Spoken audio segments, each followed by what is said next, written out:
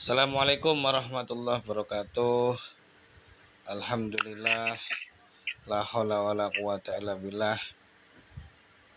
Salawatuhu wassalamuhu ala Rasulillah Muhammad sallallahu alaihi wasallam wa ala alihi wa ashabihi wa ansarihi wa ahli baitihi wa dzurriyyatihi wa barik wa sallim ajmain, amma ba'du.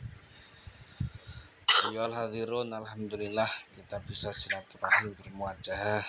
Kita bisa melanjutkan kuliah kita walau via online, insyaallah tidak mengurangi semangat kita semua. Saya akan share screen dulu. Oke. Saya akan cek Classroom. Jadi di pertemuan kemarin saya sudah memberikan tugas untuk membuat kelompok ya.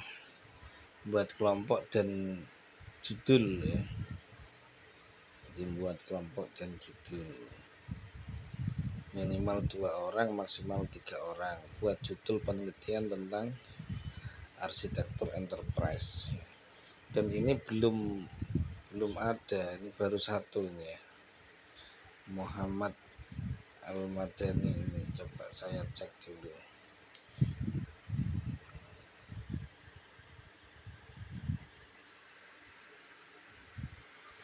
Ini nanti akan terus berkelanjutan ya. Jadi kalau kalian tidak mengerjakan satu tugas, nanti yang tugas berikutnya itu tidak bisa mengerjakan karena nyambung terus gitu loh. Ya, nyambung terus. Ini kelompok Muhammad Al-Madani, Danis As'ad, Amrullah, Muwasatir Muhtajin. Judul, wah ini banyak sekali nih judulnya ternyata yang diajukan. Implementasi arsitektur enterprise untuk madrasah ibtidaiyah. Arsitektur masih baru. Rekonstruksi model di bidang sistem keuangan, bendahara, metode EAP. Yang keempat, perancangan arsitektur di bidang koperasi pesantren.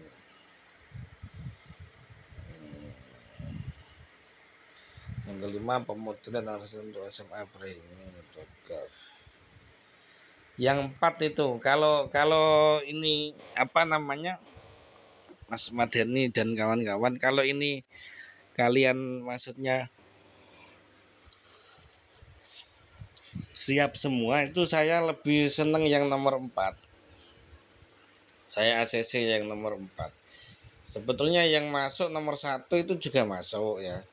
Jadi implementasi arsitektur enterprise untuk madrasah ibtidaiyah di pondok pesantren Salafiyah Syafiyah ini masuk. Tapi kalau suruh milih, saya milih yang 4. Perancangan arsitektur enterprise di bidang koperasi pesantren dengan menggunakan metode EAP, itu Enterprise Architecture Planning ya. Yes. Jadi gimana nih? Oh, sini. Ya. ACC nomor 4 ya. Untuk judulnya. Yes. Jadi koperasi pesantren kan banyak bidang ya, nanti bisa di ini. Ya, baru 1 ya. Yang lain belum. Oke.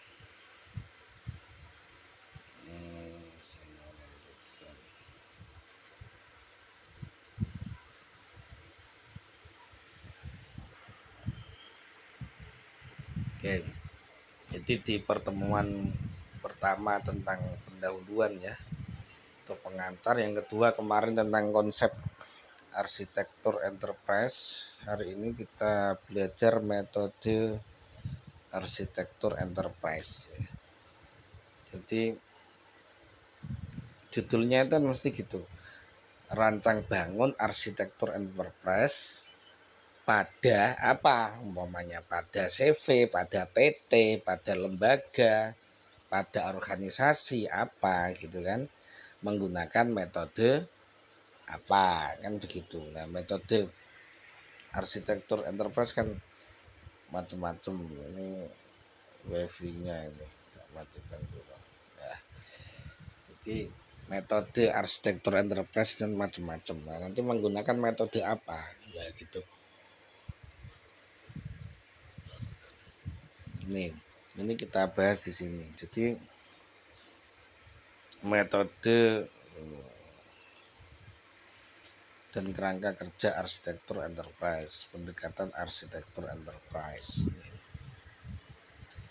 Jadi arsitektur enterprise biasanya digunakan sebagai instrumen dalam pengelolaan operasi harian perusahaan dan pengembangan masa depan. Ya, jadi AE ya, arsitektur enterprise itu ya. Kemarin kan sudah dijelaskan, hasilnya itu berupa blueprint. Apa itu blueprint? Blueprint itu kan cetak biru. Jadi hasilnya nanti itu ya tulisan, gambar-gambar kayak gitu. Jadi pemodelan sistem baik pakai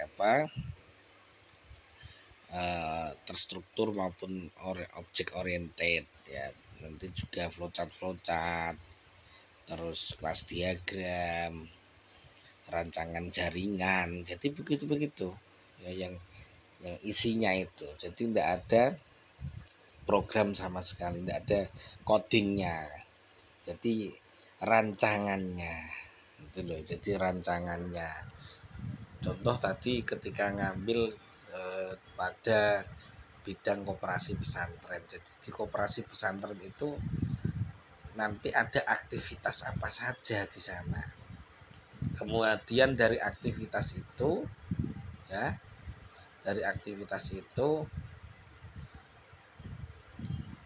dibutuhkan aplikasi apa saja. Itu loh. Nah, itu nanti yang akan dirangkai seperti itu. Oke, metode dan kerangka kerja arsitektur. Metode arsitektur. Jadi yang dimaksud metode itu kan teknik ya, atau langkah-langkah, itu kan metode. Ya. Jadi yang dimaksud di sini metode arsitektur enterprise ini adalah langkah-langkah ya, proses terstruktur yang digunakan untuk menciptakan dan memelihara sebuah arsitektur enterprise. Jadi ketika kalian mau membangun sebuah arsitektur enterprise, itu langkah-langkah apa saja yang digunakan, maka harus mengikuti salah satu metode. Nah gitu loh. Nah dikenalkan metode ini kan macam-macam, termasuk juga dari perkembangan juga banyak metode-metode. Nanti kita tinggal ngambil salah satu saja yang sekiranya itu sesuai dengan kasus yang kita teliti. Metode biasanya menjelaskan berbagai tahapan dalam siklus hidup arsitektur ya. Siklus hidup itu biasanya disebut life cycle ya, Terus apa yang harus dihasilkan pada setiap tahapan, terus bagaimana verifikasi atau pengujian hasil tersebut ya. Ini jadi untuk metode ya. Dan kalau kita ngomong metode itu sebetulnya tidak hanya pada ini saja ya, nanti di berbagai macam topik-topik yang lain atau keilmuan lain itu biasanya juga ada metode-metode.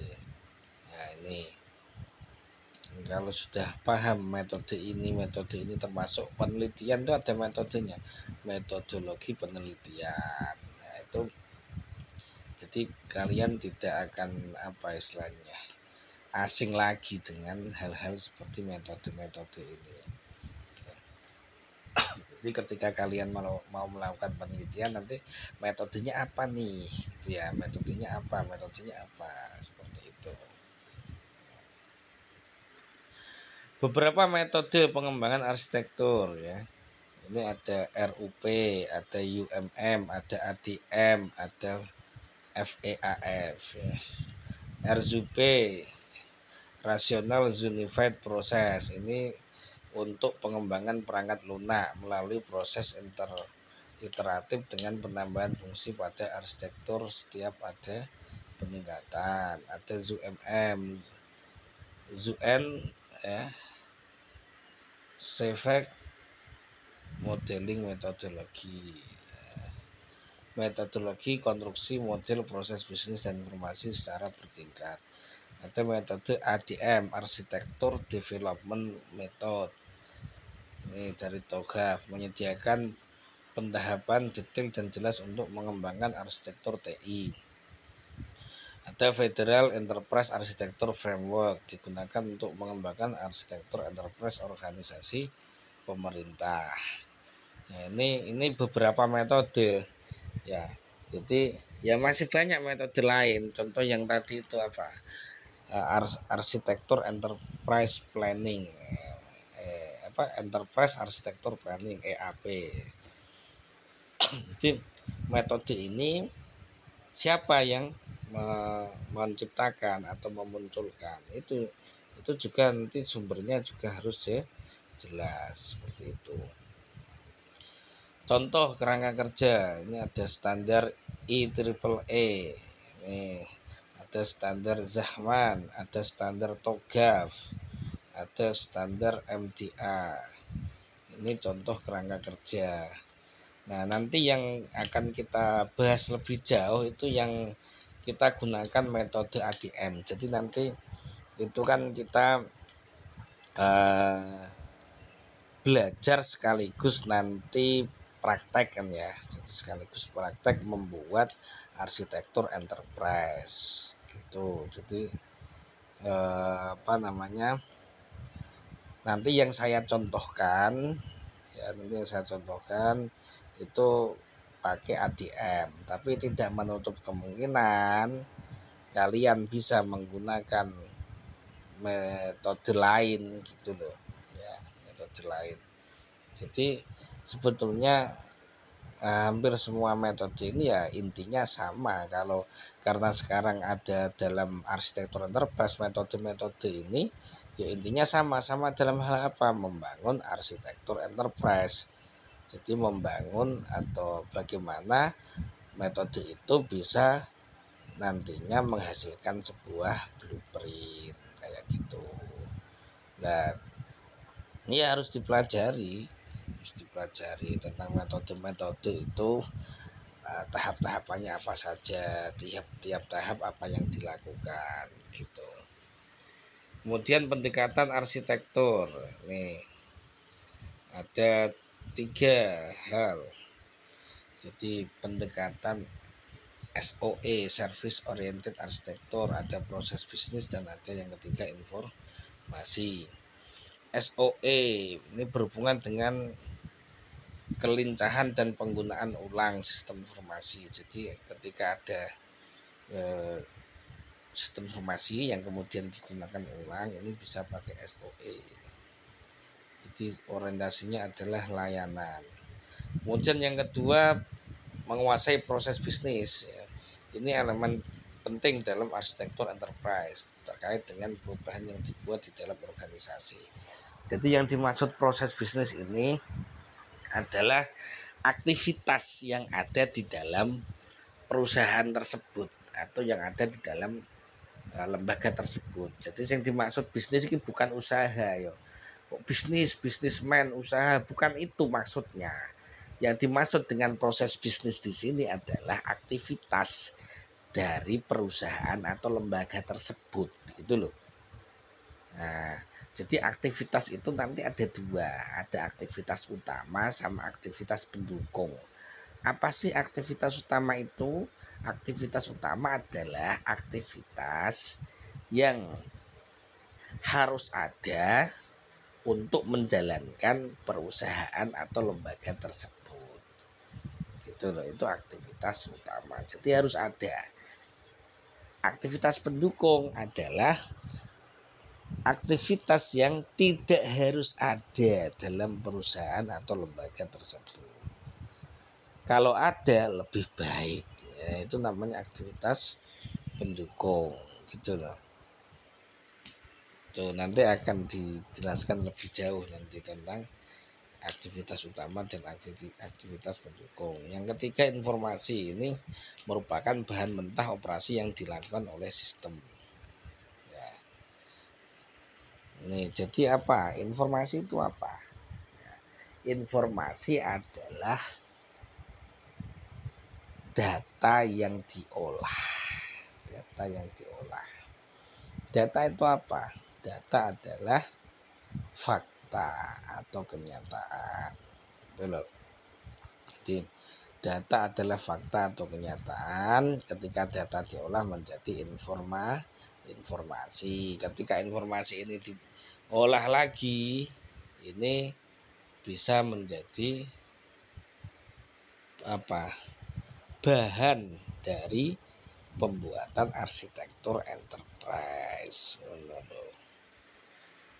Yes, SOE. Nih. Gaya mengelompokkan arsitektur menggunakan layanan bisnis umum yang dilakukan untuk sebuah kumpulan jalur bisnis atau aplikasi. Motivasi utama ini pemecahan menjadi penyimpanan aplikasi independen. Ini contoh SOE ya. Tuh. Jadi di situ ada consumer interface, business process, service komponen, dan operasional sistem. Strukturnya seperti itu. Jadi sistemnya ini dipecah menjadi 5 lapis. Jadi client interface ini berarti kan apa? Front end ya. Front end. Jadi bagaimana klien atau user ini berhubungan dengan sistem. Bisnis proses ini ya sistemnya itu sendiri. Service ya, mulai service ini layanannya, terus ada service komponen dan operasional sistem atau sistem platformnya ini kan masuk back end-nya. Kalian sudah paham belum tentang front end atau back end dalam sebuah sistem? Itu yang sudah paham ya alhamdulillah. Yang belum paham dicatat, nanti dicari, kalian cari apa sih yang dimaksud front end, apa sih yang dimaksud back end. Nah, itu nanti silakan dipelajari. SOE ini tidak semudah yang nampak ya. Jadi ketika kita bahas seperti ini memang tidak semudah yang nampak. Kelihatannya kok gampang gitu ya. Ya memang gampang sebetulnya kalau semuanya ini berjalan sesuai dengan harapan gitu loh. Nyatanya tidak seperti itu, ya, tidak semudah yang nampak itu kayak gitu. Apa? Karena kita itu harus komunikasi dengan banyak pihak gitu loh. Jadi ketika kita buat arsitektur enterprise itu kita harus komunikasi, harus musyawarah, harus diskusi dengan berbagai pihak, dengan banyak orang gitu. Ketemu banyak orang, harus ke sana. Ya, sehingga itu yang tidak semudah yang nampak gitu. Nah, seperti itu. Nah, maka nanti itu ada namanya istilahnya ya pra penelitian. Pra penelitian ini sebelum kalian melakukan penelitian ini dulu ada pra penelitian dulu ya, jadi mengumpulkan data-data dulu. Nah, setelah data-data ini dikumpulkan terus kalian proses menjadi apa ya, sudut pandang kalian, viewpoint. Kemudian setelah diproses itu kalian mengundang stakeholder. Stakeholder ini adalah orang-orang atau pihak yang berkaitan dengan sistem tersebut. Ini diundang. Nah kadang ini yang diundang tidak datang. atau datang tapi perwakilannya ini yang membuat kesulitan gitu loh. Dia cuma datang tok, padahal kita kan tidak hanya butuh kedatangannya saja, tapi kita juga butuh musyawarah, butuh diskusi, butuh masukan-masukan dari yang kita undang. Lah yang diundang stafe atau anggotanya yang ketika ditanya ndak tahu. Ini gimana, ini gini. Ndak tahu, Pak. Waduh, ini sing ngerepoti gitu loh. Ya.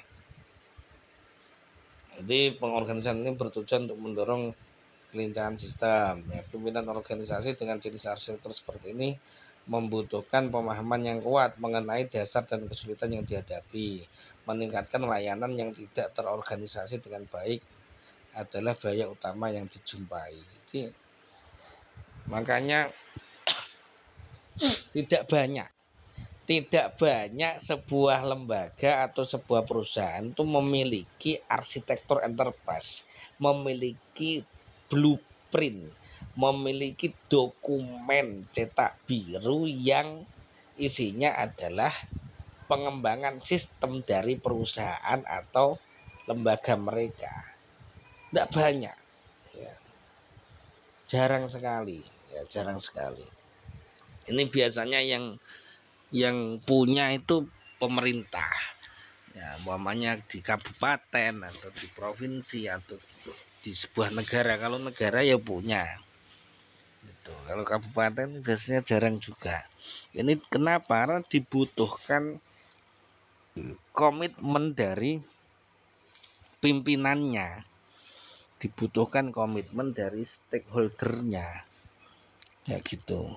Makanya itu ketika seumpama kalian ditunjuk untuk membuat sebuah arsitektur enterprise, ini pertama-tama yang diurusi harus komitmennya dulu, ya, komitmennya. Kalau di pemerintahan biasanya dibuatkan perbub, peraturan bupati seperti itu, atau kalau provinsi ya pergub, peraturan gubernur, sehingga nanti posisi kalian tuh kuat, ya, sehingga enak saja kalau mau minta data ke sana dengan membawa surat itu enak.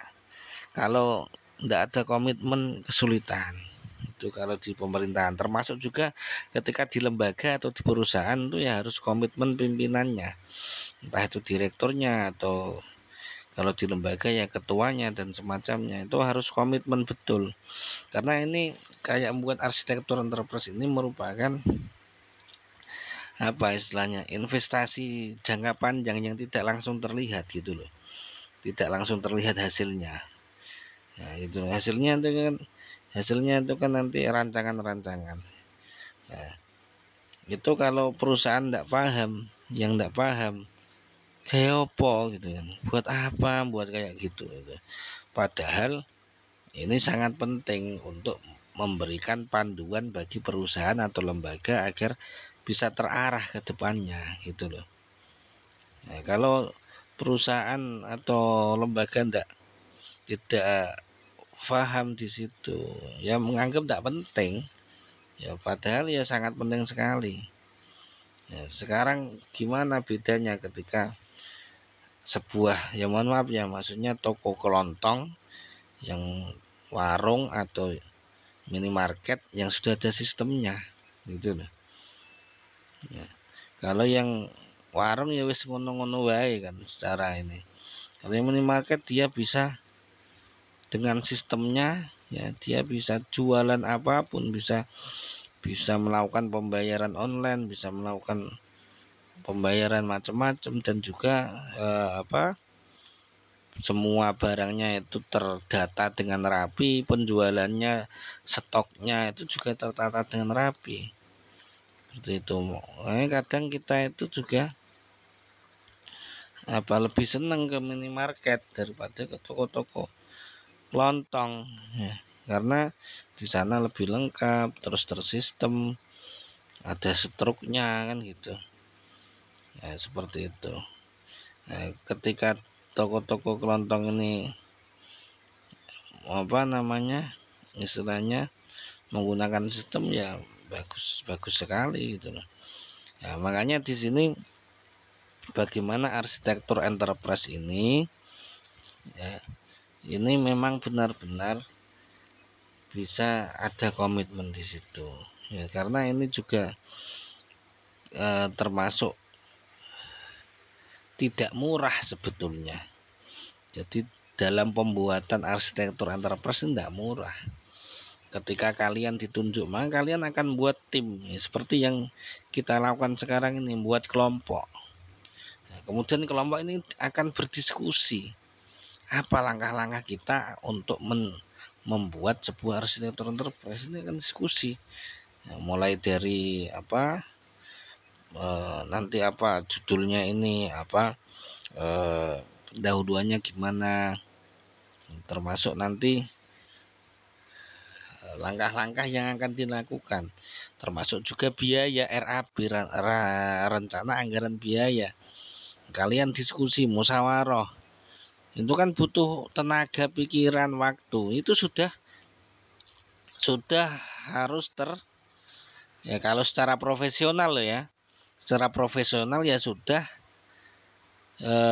apa, sudah di ini dengan nominal sudah dihargai gitu loh. Jadi sudah dihargai. Nah, kalian diskusi musyawarah itu sudah dihargai gitu loh.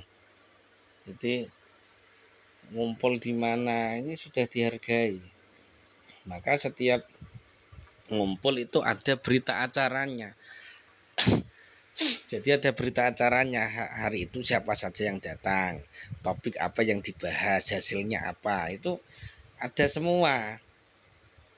Sehingga nanti kalau untuk membuat laporan perkembangan proyeknya itu enak gitu loh, perkembangan proyek enak. Nah, nanti untuk pembayarannya apa sebulan sekali atau termin atau seperti apa, nanti itu sudah hasil musyawarah dengan ini si apa yang minta, yang stakeholdernya gitu loh, kayak gitu. Dengan adanya SOE, bagian dasar dari sistem berada di level di bawah aplikasi yang meningkatkan kompleksitas sistem. Yang tadinya mengelola 100 aplikasi menjadi 1000 layanan. Nah, ini jadi arsitektur enterprise itu nanti itu banyak aplikasinya, itu banyak sistemnya itu banyak yang akan kalian buat, ya, tapi dalam tahap rancangan saja gitu loh, tidak sampai membuat aplikasinya, jadi masih rancangan gitu. Dan ini sudah terkonfirmasi bisa digunakan untuk topik skripsi kalian nanti, termasuk untuk PKL umpamanya nanti ya, ada yang PKL di dinas pertanian atau dinas perikanan atau dinas kominfo atau di dinas capil ya, itu bisa ini nanti kalian buat untuk laporan PKL, umpamanya perancangan arsitektur enterprise pada dinas perikanan Situbondo menggunakan metode ADM umpamanya, itu bisa untuk laporan PKL. Hasilnya apa bentuknya? Rancangan tok, tidak ada programnya. Dan itu juga bisa dinaikkan menjadi skripsi. Skripsinya apa? Yaitu rancang bangun arsitektur enterprise pada dinas perikanan Situbondo menggunakan metode ADM. Itu bisa jadi skripsi. Tidak ada tidak ada program-programnya blas, coding-codingnya blas, tidak ada. Itu kan sudah saya share itu contohnya di Classroom, itu contoh skripsi yang menggunakan topik arsitektur enterprise, sudah banyak itu, tinggal dicek aja gitu. Nah, terus enaknya juga di kampus kita bisa tanpa ujian skripsi, jadi nanti hasil laporan skripsinya kemudian dilanjutkan menjadi template jurnal. Dijadikan jurnal, gawe jurnal itu ya gampang, dibuat jadi jurnal, dikirim ACC, sudah kalian bisa lulus tanpa tanpa apa ujian skripsi. Nah wis gitu loh ya, semoga nanti inilah dari kelas ini ada nanti yang mengambil topik tentang arsitektur enterprise. Kalau kalian ada yang memang wah cocok iki umpamane, oke itu ya silahkan dipelajari betul-betul, terus dipraktekkan gitu loh, diuji coba gitu. Ini disuruh buat kelompok nggak jadi kok nggak kelompok seminggu ini. Pengorganisasian komponen. Salah satu cara untuk mengendalikan kompleksitas ini adalah membuat struktur komponen berbeda jenis dan level. Kalau di TOGAP menjelaskan 5 level ini. Ya. Struktur ini didampingi dengan aturan dan best practice yang membangun norma untuk ketergantungan. Misalnya penggunaan komponen oleh layer atau lapisan yang lebih tinggi. Nah, jadi ini beberapa metode ya. Jadi di luar sana ya masih banyak sekali metode lain yang bisa kalian gunakan. Nah, kalau kalian mau cari bisa masuk ke Google scholar.google.com. Ini langsung tulis saja metode arsitektur enterprise, langsung nanti muncul banyak ini tuh, banyak sekali. Ada metode EAP tadi, ini bisa digunakan nanti langkah-langkahnya.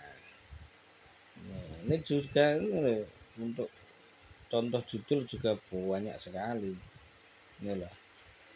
Nah, perancangan arsitektur EMR ini. Ada metode ADM ya kan, arsitektur development method. Ini juga pakai metode TOGAF. Ini TOGAF ADM. Memang umumnya itu TOGAF ADM ya.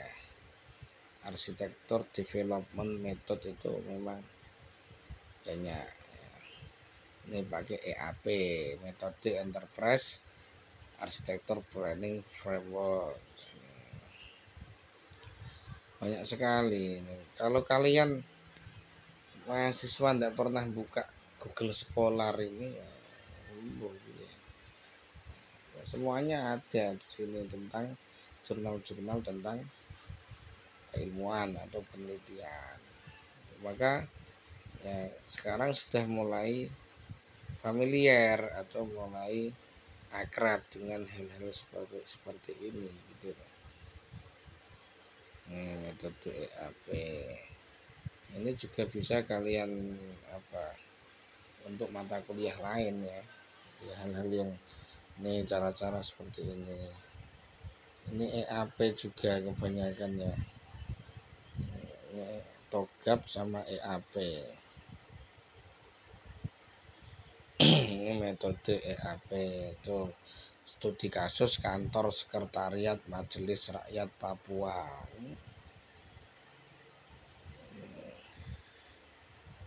Ini pakai metode ini malah EUP.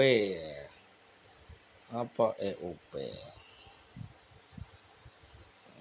Coba diklik dulu. Enterprise Unified Process. Metode EUP. Jadi yang dipresentasikan tadi kan beberapa metode, dan masih banyak lagi metode lain gitu loh. Jadi tidak terpaku pada presentasi saja lah. Ini ada yang pakai metode Zahman ya, tadi ada juga kan ya di presentasi Zahman framework ini. arsitektur enterprise pada permainan HD menggunakan metode Zahman Framework. Ini ADM, kebanyakan ADM. Nah, ini metode EUP ada lagi, Enterprise Unified Process. ADM, ini ADM nih yang paling banyak ya.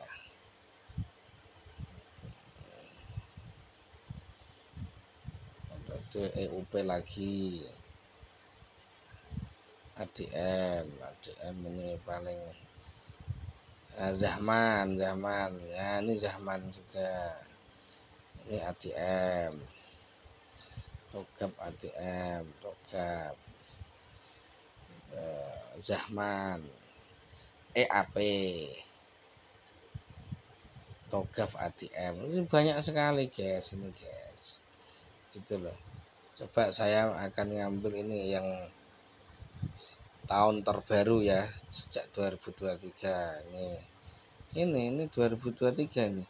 Metode Enterprise Arsitektur Planning dalam sistem informasi pengelolaan data inventaris. Ini coba yang ini Zahman aja CV ini 2024 ini. Coba tak lihat Mercu Buana. Wah ini nih skripsi nih. Nah, ini perancangan arsitektur enterprise menggunakan metode TOGAF, studi kasus CV Bunga Melati. Nah, ini skripsi ya, S1 tesis nih loh, Universitas Mercu Buana. Nih lengkap nih, mulai bab 1 sampai bab 5. Nah, saya tak nyari yang jurnal.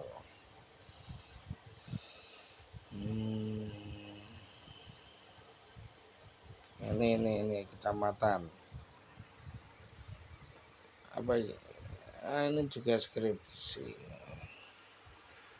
nih, perencanaan arsitektur enterprise sistem informasi pelayanan pada kecamatan Danau Sipin menggunakan metode TOGAF ADM. Skripsi juga nyari yang jurnal. Nah, ini jurnal nih.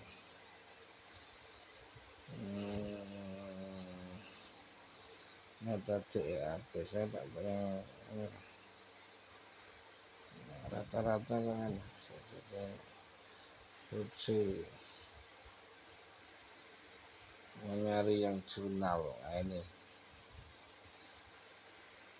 Ini implementasi framework TOGAF ADM untuk perancangan arsitektur enterprise pada desa XYZ. Malah pakai desa XYZ. Kita coba desanya kok XYZ. Desa XYZ ini kan berarti dia itu menggunakan data dummy, jadi enggak sepenuhnya. Nah ini, jadi ini model skripsinya, ini pakai TOGAF jelas. Nah, ini ada berapa, 10 halaman. Nah ini tahapan TOGAF itu, ini TOGAF ADM. Ini tahapannya A, B, C, D, E, F, G, H itu. Nah, ini seperti ini. Nah, ini ada yang saya maksud aktivitas utama dan aktivitas pendukung. Ini seperti ini. Nah, nanti kita buat kayak gini. Yes. Back.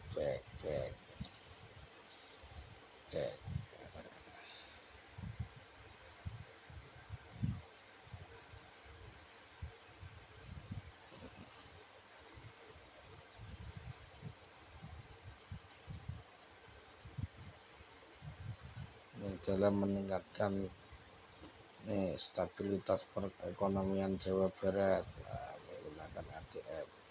Jurnal ilmiah pendidikan dan pembelajaran informatika JP. Ini loh Sinta 3 guys loh.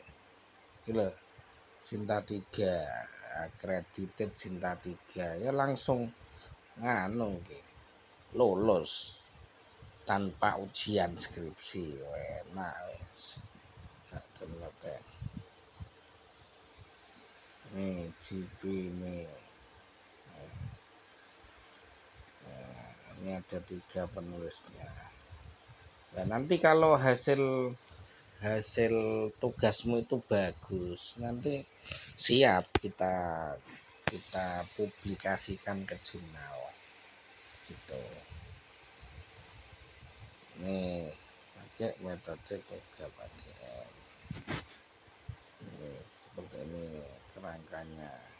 Tidak ada codingnya guys, loh sama kan?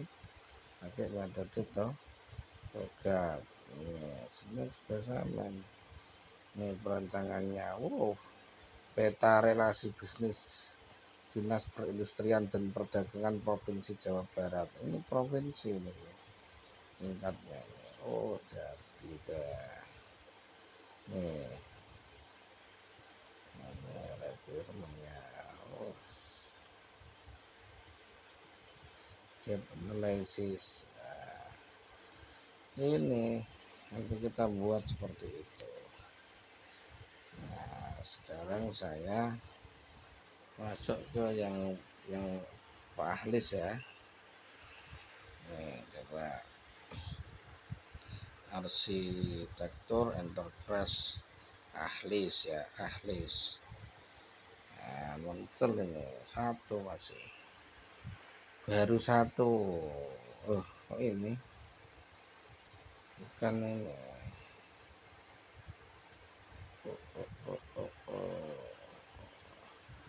Arsitek enterprise, coba dikasih plus ya, plus Ahlis.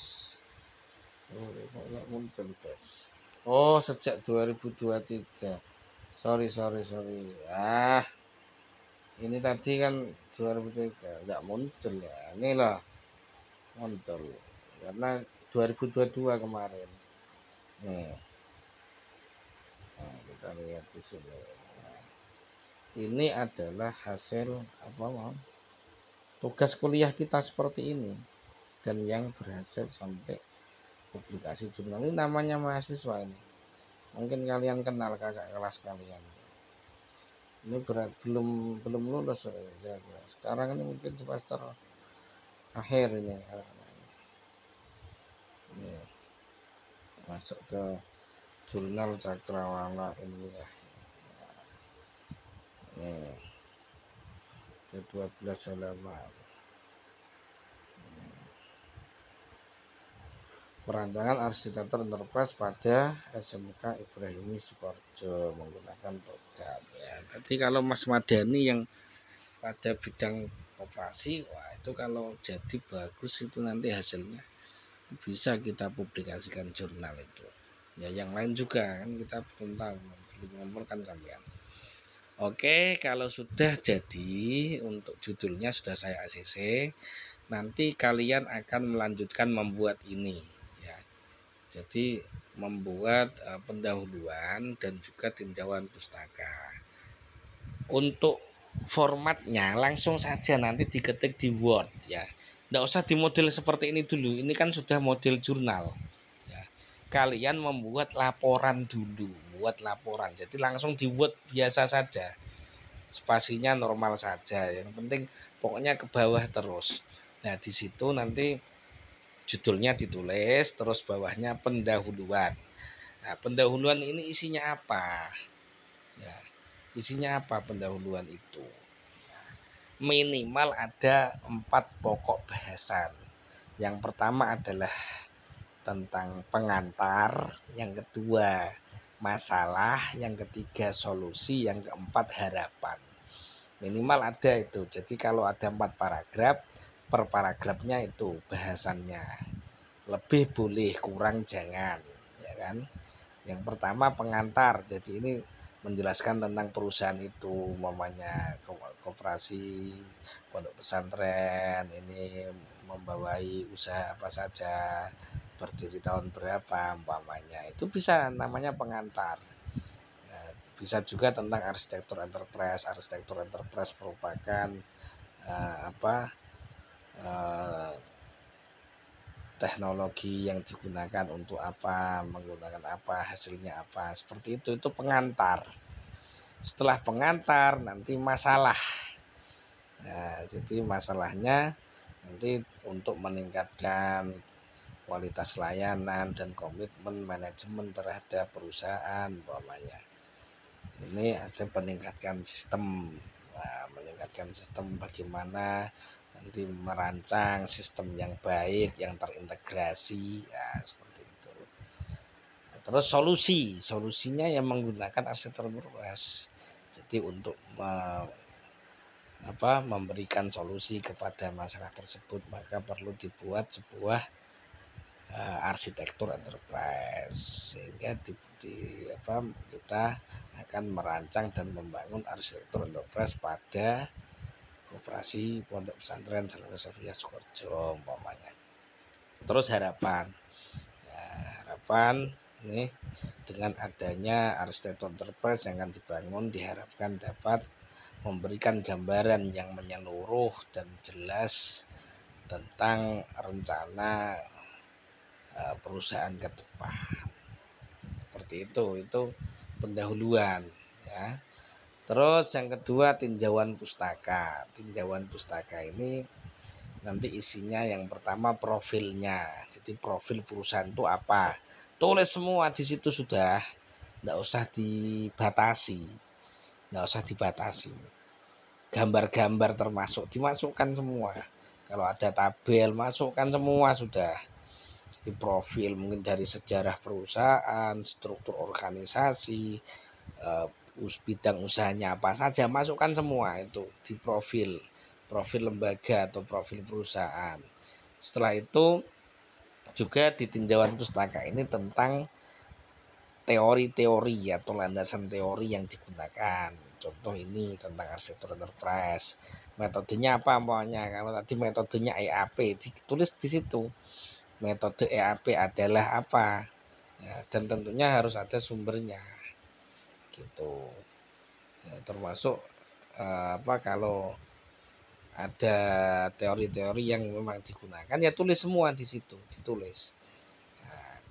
Nah, jadi itu dulu yang nanti ini yang akan kalian kerjakan.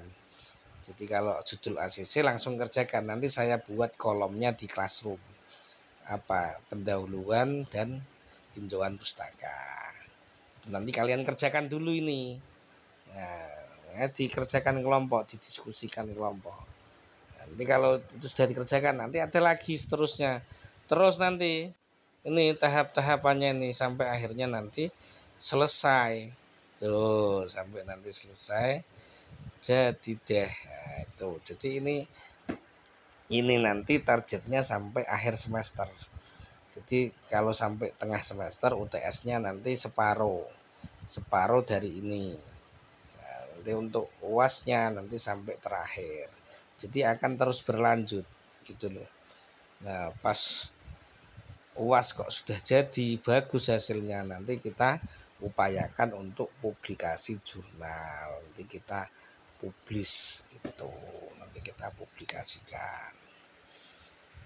Oke, jadi demikian yang bisa saya sampaikan untuk tadi ya materi pertemuan ketiga tentang metode dalam arsitektur enterprise.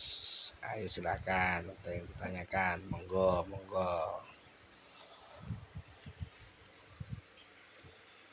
Silakan kalau ada yang ditanyakan. Ayo Halimukit mengangkat tangan. Monggo, Mas. Enggak, Pak. Sebelumnya Assalamualaikum warahmatullahi wabarakatuh. Waalaikumsalam warahmatullahi wabarakatuh.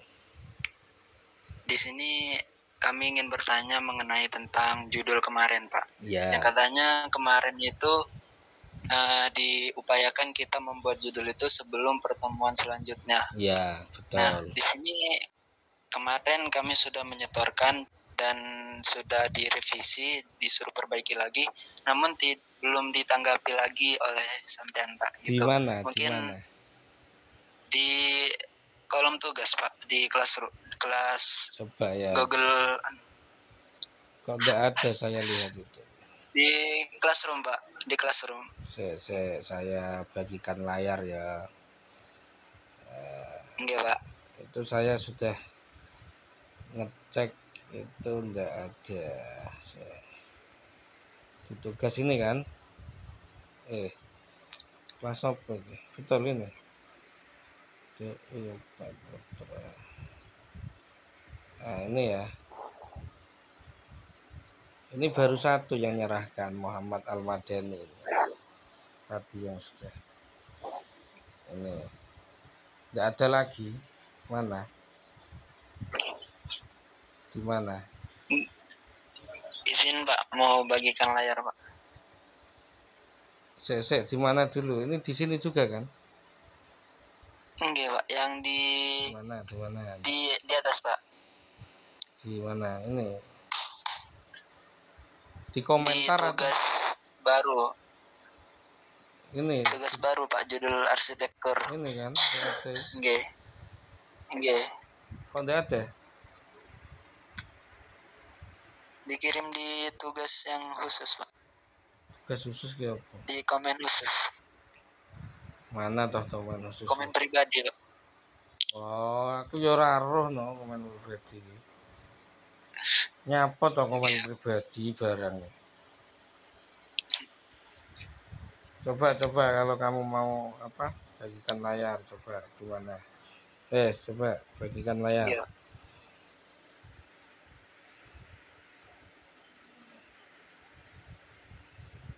Nah. Bentar Pak.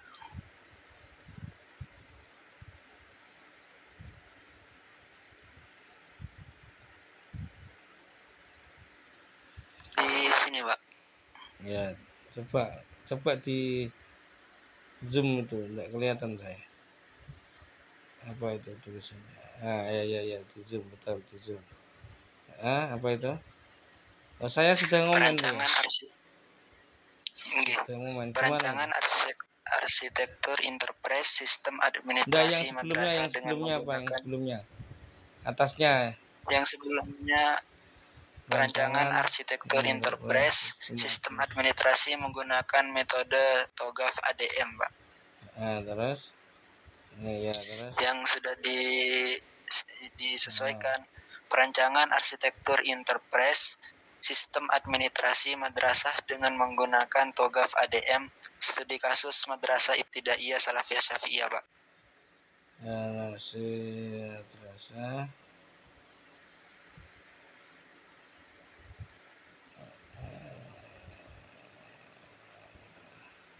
ya oke sip ya CC itu ya saya gini kadang saya itu kan enggak ngecek ke pribadi itu kan biasanya masuk di notifikasi. Nah notifikasi itu saya jarang ngecek, mesti yang saya cek itu ya yang di situ sudah gitu ya wes. Oke wes, kelompoknya siapa aja itu? Ada 2 orang Pak untuk sementara ya. Egi Gusnandi sama saya pribadi Pak. Ya oke. Jadi silakan setelah ini nanti langsung buat untuk pendahuluan dan tinjauan pustaka ya. Langsung dibuat. Siapa? Target saya itu sampai nanti UTS. Jadi UTS itu nanti separuh itu harus dikumpulkan. Yang tidak dikumpulkan ya 0 UTS-nya. Kalau UTS 0 itu biasanya C biasanya. Itu walaupun umpamanya kalian itu nanti UAS sampai UAS terus UAS itu kan targetnya sampai selesai. Nah, terus biasanya itu kadang ada UAS-nya selesai tapi UTS-nya enggak selesai. Gitu loh. Ya UAS-nya umpamanya oleh 100. Ya, dapat 100 umpamanya UAS-nya. UTS 0. Ketika saat UTS dia memang belum mengerjakan. Setelah tahu loh UTS ku 0, akhirnya dia ngerjakan cepet-cepet dan akhirnya hasil akhirnya bisa ngerjakan UAS. Tapi UTS tetap 0. Pas UTS dia enggak ngerjakan. Nah, Itu seperti itu. Itu yang biasanya kadang miskomunikasi. Lupa saya UTS-nya kan separuh, saya sudah ngerjakan. Iya, tapi kan sudah di luar waktu UTS, makanya harus dikejar itu, dikerjakan. Ya, ini juga untuk kebaikan kalian semua biar enggak terlalu nanti apa istilahnya terlalu banyak ini. Kalau kalian ngerjakan enak itu nanti wah UAS itu sudah langsung otomatis selesai kayak gitu. Oke Pak, siapa? Ya monggo ada yang lain atau apa silahkan.